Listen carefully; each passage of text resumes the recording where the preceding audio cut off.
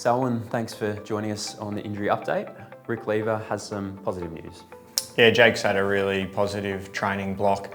He's integrated back into full training and will return on some modified minutes through the VFL this weekend.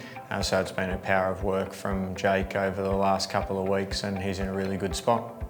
There's some more positive news for some guys who missed last week, Jake Melksham and Harry Petty. Yeah, Jake just had a bit of general soreness coming out of our Perth travel. He trained really strongly over the weekend and was back in full training today and will train fully at the end of the week to be available. Harrison Petty has continued to progress through the concussion protocol, so he integrated back into training today. He'll have to tick off his last part of the concussion protocol at the end of this week and then hopefully will be available for selection after our main training session. Jack Viney missed on the last week with some delayed symptoms.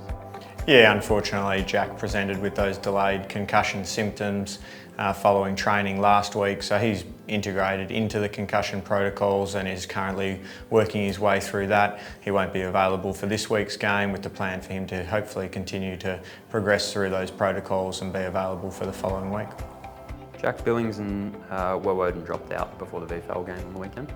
Yeah, Taj just had some ankle soreness during our main training session and he'd had some issues with that in the previous week, so we took the opportunity to take a conservative approach. He trained yesterday and will look to train fully this week to be available. Jack Billings had a low-grade soleus strain. He as well had a really positive training session on the weekend. He got back into full training today and so we expect that he'll train fully at the end of this week to be available.